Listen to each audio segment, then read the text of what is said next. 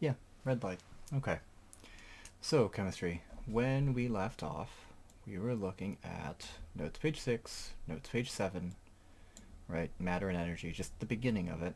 Um, Today, with respect to elements, compounds, and mixtures, right? The definition of them, I'd like to look at a few of these examples here about elements and compounds and mixtures. I'd like to just note a couple of things from back here on page 6 about the matter, phases of matter and changes in matter. And I'd like to start talking about energy over here on page 9. Alright? So, couple of things. First, something that occurred to me about page 6. Um, right. What I'd like y'all to do, if you haven't done it, right? This bullet point. These common words and phrases for a chemical change. Do yourself, do me a favor. Highlight them, underline them, circle this bullet point. Do something to draw attention to it, because these common words, these common phrases, are your dead giveaway words that a chemical change is taking place. And the reason I bring this up is because it's often a multiple choice question, straight up multiple choice. Which of the following represents a chemical change? Which of the following is a chemical change? In which of the following processes is there a chemical change? And you want to look for one of these words, one of these phrases. All right. It's kind of a freebie, right? There's a different version of the freebie, and it's you can still use these words, still use these phrases. Which of the following is a physical change? In which of the following processes is a physical change taking place? And you can still use these by like looking for these words and then crossing off that answer. Because if you see one of these words, it's not a physical change. It's chemical. Now, there was one other thing that I neglected, that I forgot to have y'all write in. And I'd like y'all to do it somewhere here at the bottom, page 6, probably. And just as a reminder, all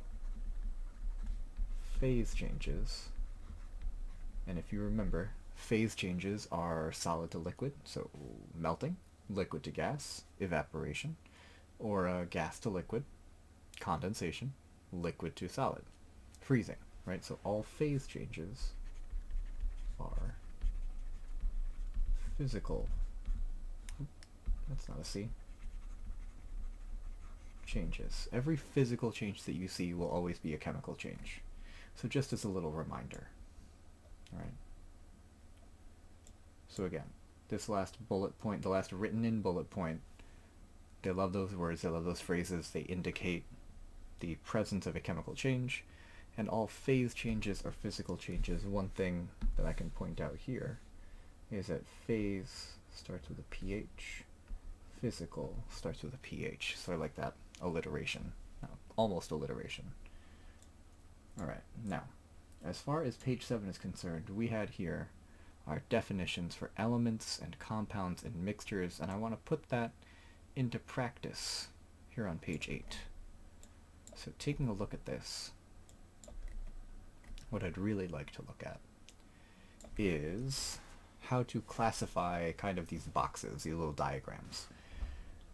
Again, reasonably frequently, there is a question that would ask which of the following represents a mixture of elements, which of the following represents a single compound. They'll give you these particle diagrams.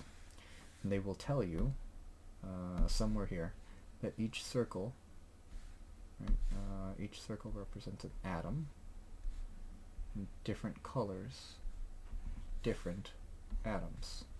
So we have the solid black dot, and we have the white dot, right?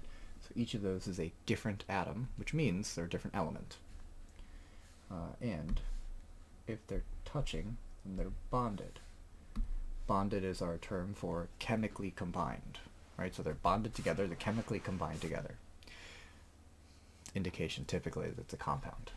Now, I'm going to do 1 and 2, 3, and actually 7 with you, and I'll explain why, but I'm going to do it in specific order.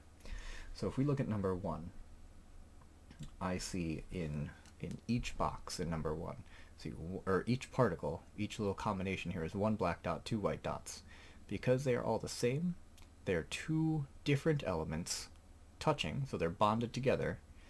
That means that number 1 would be classified as a compound. Right? Again, two or more different atoms, right? If I look at my definition for a compound is two or more different elements in a fixed ratio. So that it's two or more elements, they're chemically combined, and it's always the same, one black dot, two white dots.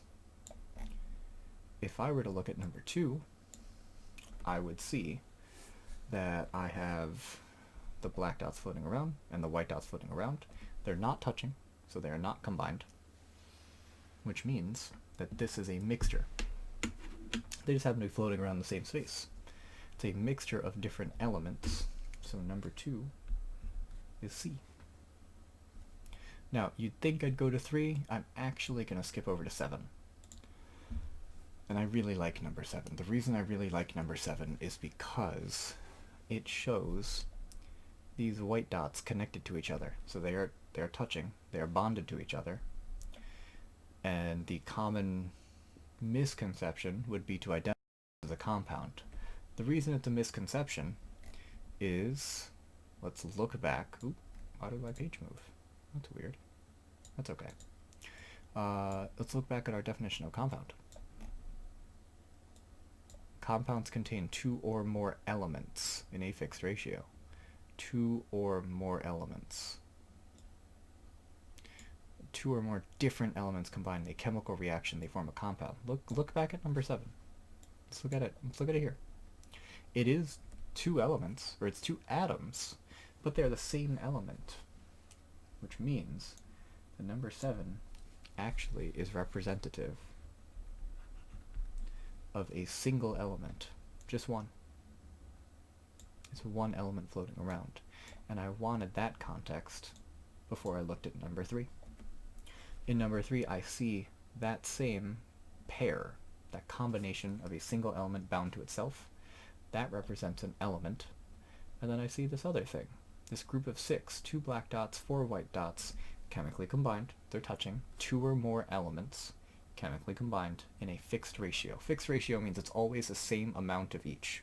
So if I look back to number 1, it was always 1 black dot, 2 white dots. If I look at number 3, it's always 2 black dots, 4 white dots. Because of that, I know that I have an element and a compound. They're floating together in the same place. I've mixed them. So number 3 represents E. That's a mixture of compounds and elements. Now, what I'd like y'all to do... Oh, I probably moved my page again, didn't I? I sure did. Darn. I'm gonna get better at that. Yep. Alright. What I'd like y'all to do is just take a look at 4, 5, 6, 8, and 9. Give yourself a couple minutes here. Pause the video. Right? Try them out, because I'm going to go over answers right now. I know I said right now, but I'm giving you your last chance to pause the video and try them on your own. Okay. I'm assuming you're back, and that you've tried them on your own before I go through them with you. Alright? Okay. Let's take a look. Let's go in order. So number 4, if in number 4 you look closely, you should see the compound from number 1, and you should see the compound from number 3. So I have a compound, and I have a different compound. They're floating around in the same space. They're a mixture, and it's a mixture of compounds. So I'd classify it... Oh, let me switch back to my official color. It's a compound.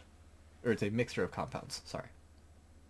Number 5, it's kind of like grapefruit over the center of the plate. Alright, this one's very straightforward.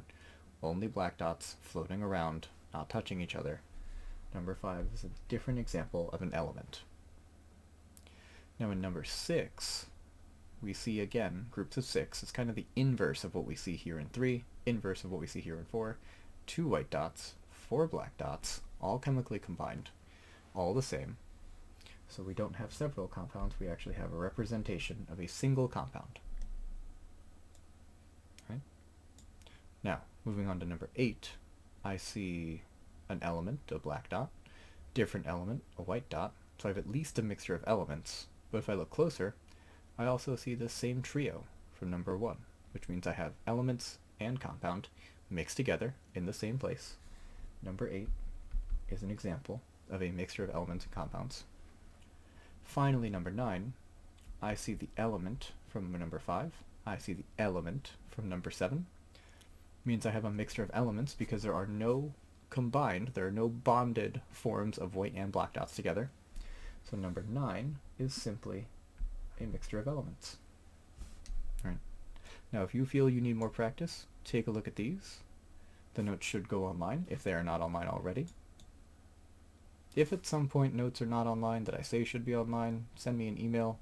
Something probably went wacky with my upload. So I will be sure to take a look at it. For example, like right now, okay, there was a sync error just there. So sometimes I have internet issues. I apologize for those. Last thing I'll do here is this very top section of energy. So if you looked at the beginning of this little section, right, it was matter and energy. We've really only talked about matter. Talked about the states of matter, changes in matter, how we classify matter. We haven't talked about energy at all. So let's begin talking about energy. We'll do more later. We'll start it now. So energy is considered our capacity to do work or our capacity to produce heat. We think of people as able to do work. We think of fuel as able to produce heat. Things like gasoline and diesel, fuel for your car. Food, fuel for us, right? If you check out a nutritional facts box on any food item, you'll see on it says calories. In other countries, that just says energy, because as it turns out, the calorie is a unit of energy. It's an empirical unit. It's not an SI unit, which we'll get into soon. Right? Now, I'll say this. Energy is classified into 3 forms. There are lots of forms of energy. We're only going to talk about 3-ish this year. 2 of them much more important than the other one. So the 3 forms of energy that we'll talk about this year are kinetic, potential, and energy from the sun this year we'll call radiant energy. I can write that a little better.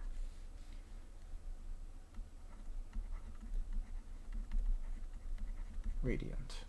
You might call it solar energy. It tends to be a more physics term, solar energy, but radiant energy, it radiates out from the sun. We'll talk about radiation a little later this year. I know I'm going to be talking about later this year a lot, but we'll build up to it, okay? Now, I mentioned kinetic energy first, and kinetic energy is the energy of motion. If you are moving, you have kinetic energy. If you move faster, more kinetic energy. So a moving locomotive, a moving train, has lots of kinetic energy. Car has less, but still a lot. A person has less than a car would. Like a moving person has less than a moving car would. Potential energy is very formally the energy possessed by an object because of its position or the arrangement of its particles, which is very fancy and formal, and again, very sciencey. It's a little esoteric, though.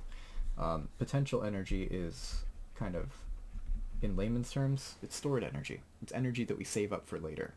So that food that I was talking about has potential energy. Gasoline, diesel fuel, has potential energy. Until we use it, it's just built up. It's held on to, it's stored.